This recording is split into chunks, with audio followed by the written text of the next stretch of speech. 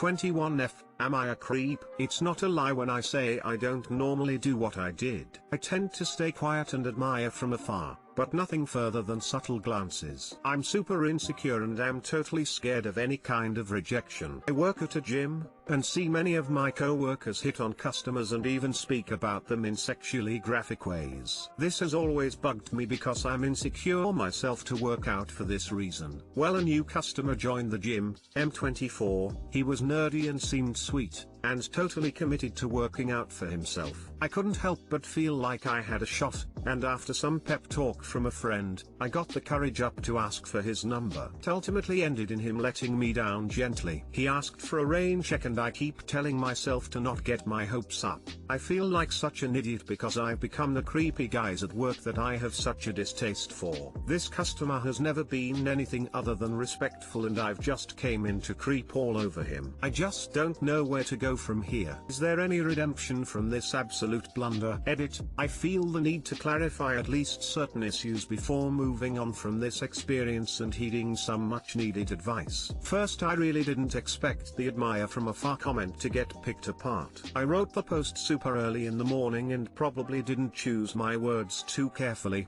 especially after putting myself down all night. As it's written, it sounds super creepy. Obviously asking him out means I did let this interfere with my work, but any glances were only ever when I was welcoming him to the club or wishing him a good night. I've never gone out of my way to keep tabs on him while he worked out, or gushed about some mundane workout to a colleague. In making this mistake, I am worried for my job's sake, because it is against policy. However, part of me feels unlikely that he would complain, despite having every right to. I wasn't thinking, and in some ways I did abuse my position of power. With that being said, I would never pry into his personal information. He doesn't know that, and possibly could be scared, but I hope he isn't as worried about the situation as I am. In our snippets of conversations, he always made a point to return our small talk, which though minuscule, could have been taken as either some interest or just him being polite. The place I was coming from was admiring a respectful, young guy, motivated to make a change in his life. He was attractive to me, with an apparent positive attitude. I wasn't interested in his number for sex. I just wanted to get to know him better outside of a work setting. But I would be lying if I said my hopes weren't leaning romantically. Hindsight, I definitely could have asked better, but hey, maybe it's practice for someone else in the right place and time. The best pieces of advice have been the ones who say to carry on professionally. Some of my friends consoled me by downing this guy, but in all honesty I truly do feel bad for him. Though having been in his shoes, I haven't had someone respect me after I declined, so maybe seeing me do so will make him feel better about continuing to use our club to better himself. Thank you everyone. I didn't expect it to be split so evenly, but the differing opinions really helped me decide for myself what would be a healthy, true to myself decision. And also, I have no intentions of abusing this power again. I lived and I learned, and part of me is glad at least I didn't carry on pestering myself with the what-ifs. And see many of my co-workers hit on customers and even speak about them in sexually graphic ways. The fuck?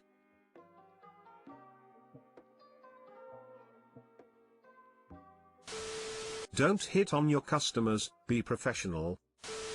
Just a bit creepy. I would avoid hitting on clients where you work because it's unprofessional. I just don't think it's ever necessary to try to pick someone up at a vulnerable space like the gym, no matter what gender you are. It just makes everyone involved feel awkward and now you two have to encounter each other often and deal with the weirdness. Edit. So many comments are literally proving how awful some people are at gyms. That's why I recommend waiting till they're in the parking lot and sprinting up to them as quickly as possible when they're fumbling for keys. This allows the conversation to happen in a comfortable environment, alone in a dark parking lot, and in a comfortable way, with a complete stranger running at you.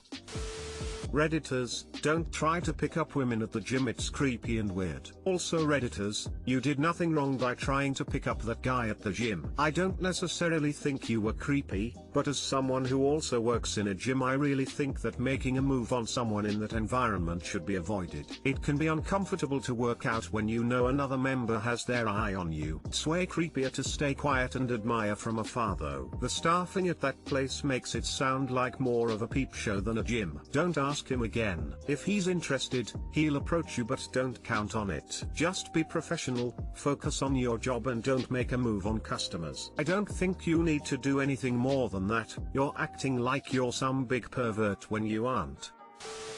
Girlfriend, 19F, slides into my 19M DMs using her best friend's 18F phone as a prank. To simplify, GF girlfriend, BF girlfriend's best friend. A little while ago I got a text from BF asking me how it's going. I was doing some work, so I responded boring. She said let's make it not boring, which set off all the alarms. For some context, she is the most awkward person I know and would never even think of sliding into anyone's DMs. She would literally ask someone to ask for ketchup for her. I assumed that someone snatched her phone or she lost a bet or something, so I ask who it is. She says your future side chick. I call up my GF, send her a screenshot of the conversation so far and ask her what she thinks is going on, or if they were together and she was playing a prank on me through her phone. She says she has no idea, but she will call BF to figure out what is going on. She says that they FaceTimed and BF said that I was flirting with her. Because BF is so awkward, she has a lying face and my GF said that she was pretty sure that BF was not lying. She told me that she was sent screenshots of me flirting with BF, and that she was not the type of person to forge screenshots and play a joke like this, and that I was. She was telling me that I was taking this joke too far. I ended up calling other friends to try to figure out if anyone was with her to do this, but they all were doing different things. My GF said that she was at home. I called my GF 4 times over about an hour and a half trying to figure out who was behind the phone. I even asked her to make sure that I was getting texted by the right number. I wanted to call BF to see if she was the one actually texting me,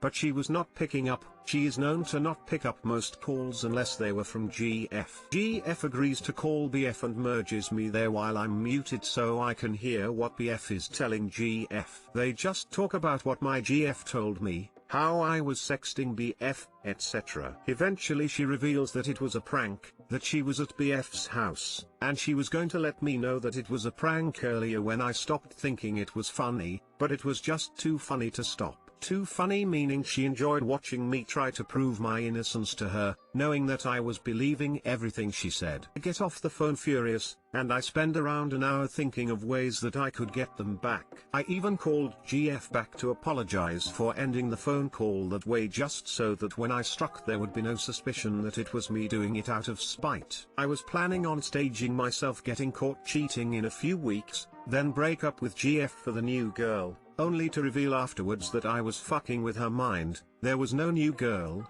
and that it was just a prank, bro. After calming down, I realized that being petty and reciprocating her actions would not yield a positive outcome, and talking to my GF about how I feel about her prank would be in my best interest. Throughout this whole ordeal, I was wholeheartedly trusting her. There were so many holes in her story. She took close to a minute to merge the calls, clearly planning what to say with BF. She didn't trust the screenshots I sent even before BF sent the screenshots that threatened the legitimacy of mine, and so much more. This is what has me worried. If I'm not overthinking a simple prank, it seems as if I'm wearing rose-tinted glasses. I haven't told anyone about this yet, except someone on Discord who I don't know IRL. They think I should break up with her, but their philosophy was DTB, only have hoes, not a girlfriend, so I'm not too keen on trusting their advice. So, I'm looking for opinions. Am I overthinking this and it's just a funny prank,